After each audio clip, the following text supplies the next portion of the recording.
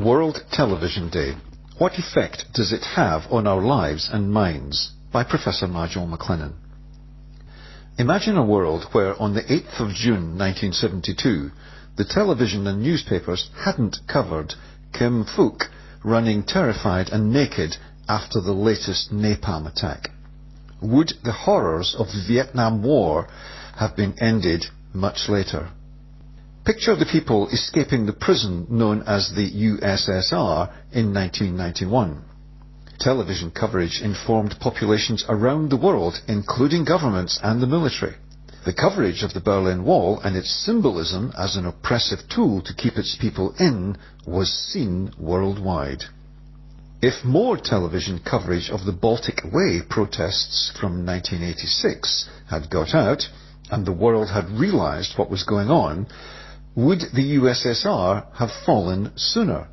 Or would the coverage have alerted Soviet leaders to take more drastic and oppressive action? Either way, few can doubt that television coverage informs populations, and that information can change minds and thus the course of history.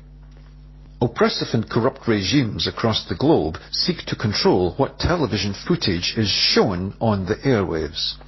If television coverage had no effect, why would they want to control it? The first law of corruption applies. Where there is no scrutiny, there can be no corruption. Where there is no coverage, there can be no adverse publicity. There is an old adage about the difference between PR, public relations, and journalism. PR is placed favourable exposure, and journalism is unwanted negative exposure. That is, PR is propaganda and journalism is expose. PR is lies and journalism is truth, or as close as we can get to truth. Does television create social change or merely document it? Does television drive the public agenda or respond to it? Those may be the wrong questions, because they assume that television is one entity. It is far from that. Some television programs simply reflect society as it is. Others seek to make changes. There was national coverage in the press of the first gay kiss on UK television in 1989, some 22 years after decriminalisation of homosexuality. In that case, TV programmes lagged behind both political and social reality. It was another 15 years until the Civil Partnership Bill was passed in 2004. Now there are television programmes that treat same-sex relationships as any other with no fuss. Other issues have been led and changed by television coverage. The awareness of the homelessness crisis was raised by the 1966 television play Cathy Come Home. However, even its director, Ken Loach, said that it did little more than enable homeless fathers to stay with their wives and children in hostels, which had hitherto been banned. It was over a decade later that some reforms were made in the Housing Homeless Persons Act of 1977. Recent homelessness figures for the UK in 2019 are 219,000 homeless households. In 2019, there were 3,682 people homeless and sleeping rough, of whom 788 died. That is a 21% per year fatality rate. 15 homeless people are dying on the streets every week. Television has covered homelessness for over 55 years, and yet the problem is still there. If television does have an impact, it seems to be selective. How much television do people watch? On average, around 3.5 hours a day. With people spending that much time in front of a TV, can anyone doubt that the biggest effect of TV is entertainment? Educational programs have huge value too, as will be attested by the many graduates of the Open University. Television has helped many people to master one or more languages. Some people report having learned a language just from watching television. It seems the visual context and a regular format allows people to figure out what the words mean, and repeated exposure to those words consolidates understanding of the language they are learning. News programs keep the population informed of some of what is going on in their society. While keeping people informed is useful, television can cause problems. Some people compare themselves to the beautiful and successful celebrities they see on television and feel socially, aesthetically and financially inadequate, while others feel socially validated by watching others being humiliated on reality TV. Their thinking seems to go like this: "Wow, did you see that? I have nothing to worry about compared to them." Does television persuade people to change their behaviour? Those who spend vast amounts of money on advertising seem to think so. Here, one thing is certain. If television advertising didn't work, it would cease to exist. Television does influence buying behaviour. Does television influence voting behaviour too? Again, we need only look to the time, effort and money political parties worldwide put into television advertising to know that it works.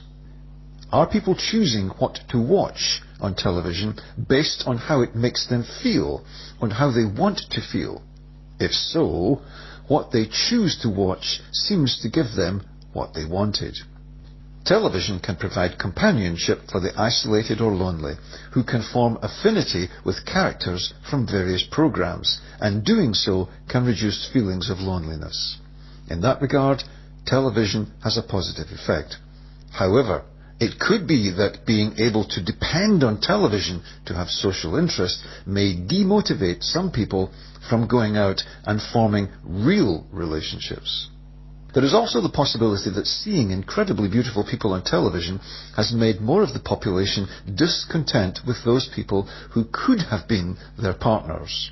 Around 42% of US adults do not live with a spouse or partner. Similar indications of the effect of being exposed to beautiful people comes from this figure. 20% of US people over 25 have never married. From 1960 to 2011, the percentage of US adults who are married dropped from 72 to 51%. That drop coincides with the increase of television availability and choice of programming. Is television reducing the need for close relationships? Is that also causing the diminished sense of community that has been widely reported? Some researchers have found that less happy people spend 30% more time watching television. That could mask a mixed effect. For some less happy people, television may be providing an ameliorative effect on their unhappiness. For others, the unhappiness may be causal. Not doing anything constructive with their lives makes them unhappy. Can children's behaviour be impacted by watching television? Yes, it seems so. Those who are exposed to negative role models exhibit behaviour that is more problematic than those exposed to positive role models. Is that true for adults too? Are adults exposed to role models of integrity more likely to behave as good citizens, while those exposed to negative role models are less likely to do so? The recent television coverage of anti-vaccination by some politicians seems to indicate so. In countries where politicians are united on the benefits of vaccination, the percentage of the population being vaccinated is highest. Has the ready availability of television and its ability to provide entertainment without physical movement been responsible for the massive increase in obesity and diabetes? What does all of that tell us? That we can be sure of the effects of television for a limited number of its activities, but for wider, more complex activities, it is very difficult to pinpoint direct cause and effect.